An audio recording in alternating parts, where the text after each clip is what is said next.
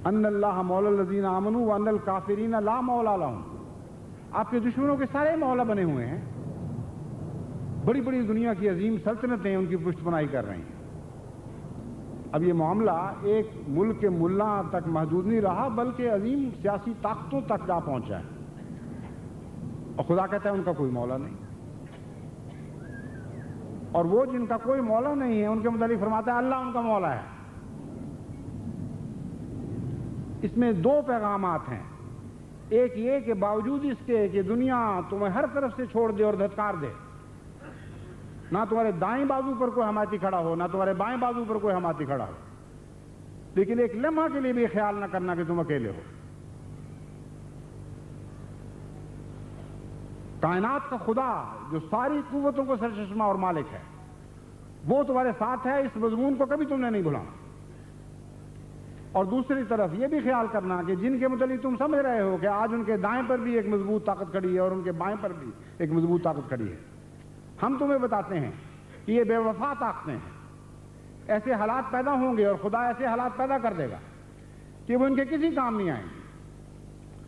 تب خدا تعالیٰ کی طرف سے بیان کردہ عظیم الشان خوشخبری تم اپنی آنکھوں سے پورا ہوتے دیکھو گے کہ ان الکافرین لا مولا لہم. جو سمجھتے تھے کہ آج امریکہ بھی ہمارا دوست ہے اور سعودیہ بھی ہمارے دوست ہے اور مغربی طاقتیں بھی ہمارے ساتھ ہیں اور بعض مشرقی ممالک بھی ہمارے ساتھ ہیں، تم دیکھو گے کہ وہ بالکل نہتے اور بے سہارا اور بے دوست اور بے یار و مددگار رہ گئے. بس یہ وہ نہیں ہے جو ہم چاہتے ہیں. یہ وہ بات میں بیان کر رہا ہوں جو خدا کی تقدیر ہمیشہ ایسا کیا کرتی ہے. اگر ان لوگوں نے توبہ نہ کی، اگر انہوں نے استغفار سے کام نہ کیا، اگر انہوں نے اپنے جرائم سے توبہ کرتے ہوئے خدا تعالیٰ کے حضور استغفار کرتے ہوئے سر نہ جھکائے اور خدا تعالیٰ سے بخشش طلب نہ کی، تو یہ وہ مقدر ہے جو ان کے لیے لکھا گیا ہے. بس آپ کو کس بات کا خوف ہے؟ کوئی خوف نہیں ہے. زمینی کوششیں ضرور کریں گے اور ہمیں کرنا چاہیے کیونکہ خدا کا یہ حکم ہے، لیکن ہمارا انحصار ہمیشہ آسمان کی کوششوں پر ہوگا کیونکہ اللہ تعالیٰ فرماتا ہے ایک خدا ہے جو تمہارا مولا ہے. تم ضرور کوششیں کرنا. یہ بھی دیکھ لینا کہ تمہاری ہوشیاریاں، تمہاری حکمتیں، تمہارے منصوبے کیا کیا کر دکھاتے ہیں.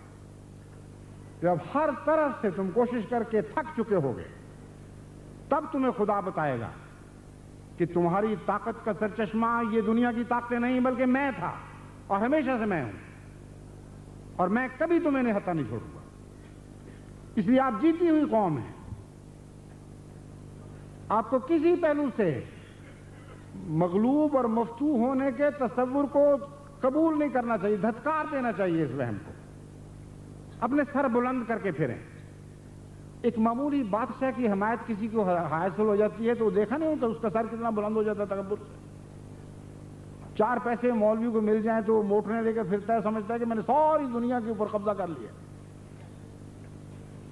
وہ جس کو یقین ہو اور کامل اعتماد ہو کہ خدا میرے ساتھ ہے، اس کو کتنا بڑا حوصلہ نہیں ہونا چاہیے، اس کے عزم کا سر کتنا بلند ہو جانا چاہیے. اس بات پر غور کریں. اس لیے ایک لمحہ کے لیے بھی یہ وہم دل میں نہ لائیں کہ آپ کو دنیا کی کوئی طاقت شکست دے سکتی ہے، لیکن شرط یہ ہے کہ اللہ آپ کا مولا ہو.